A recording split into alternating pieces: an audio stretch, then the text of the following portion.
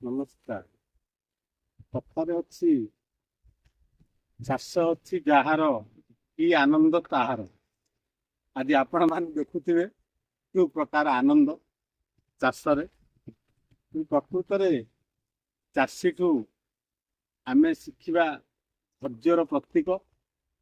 ଆଜି ସାରା ଦେଶରେ ବା ଏ ଓଡ଼ିଶାର ଲଘୁଚାପ ହେଉଛି ଏଇଥିପାଇଁ ଯେ ବୃକ୍ଷକୁ କାଟିବା ଫଳରେ ଅଦିନିଆ ବର୍ଷାର ଅଦିନିଆ ଝଡ଼ର ଆମେ ଚାଷୀ ସାମ୍ନା କରିବାକୁ ପଡୁଛି।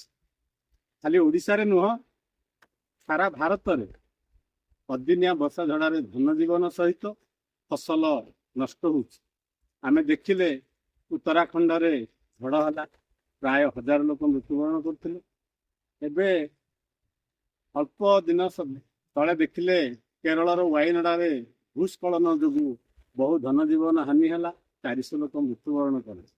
ତେଣୁ ଚାଷୀ ବନ୍ଧୁମାନଙ୍କୁ ଅନୁରୋଧ, এই ବୃକ୍ଷକୁ ଯଦି ଆମେ ସନ୍ତୁଳନ କରି ରଖିପାରିବା ତାହେଲେ ଏ ପାଗର ପରିବର୍ତ୍ତନ ଏମିତି ଅଦିନିଆ ପରି ହବନି, ଯେମିତି ଋତୁ ଅନୁଯାୟୀ। କିନ୍ତୁ ଆଜିର ଏ ଭିଡ଼ିଓଟି କହୁଛି ଯେ ଯେମିତି ଆମେ ଧୈର୍ଯ୍ୟ ପ୍ରତ୍ୟୟ କହିଥିଲେ ରାମାୟଣରୁ ଶିଖିଲେ ପଦ୍ଧତି।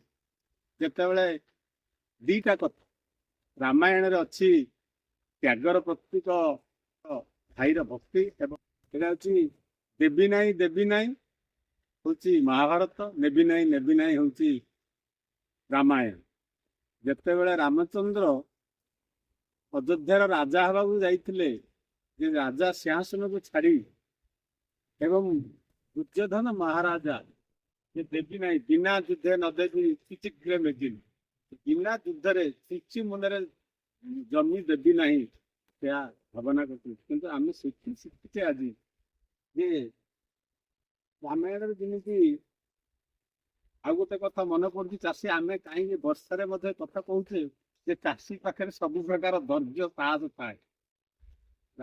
ସୀତାକୁ ଉଦ୍ଧାର କଲା ବେଳେ ରାବଣ ଆସିଲେ ପାଖରେ, ସେତେବେଳେ ରାବଣ ଗୋଟେ ଲକ୍ଷ୍ମଣ ପଚାରିଥିଲେ ରାମକୁ ଯେ ତମ ପାଖରେ କି ଶକ୍ତି ଅଛି ଯେ ଏତେ ବଡ ମୋର ସ୍ୱର୍ଣ୍ଣମୟ ଲଙ୍କା, ସମ୍ପୂର୍ଣ୍ଣ ଲଙ୍କାଟା ହଉଛି ମୋର ସ୍ୱର୍ଣ୍ଣରେ ତିଆରି, ତମର ମାତ୍ର ଅଯୋଧ୍ୟାରେ ରାଜ ସିଂହାସନଟା ସ୍ୱର୍ଣ୍ଣରେ ତିଆରି, ତମେ ଜିତିଗଲ ମୁଁ ହାରିଗଲି।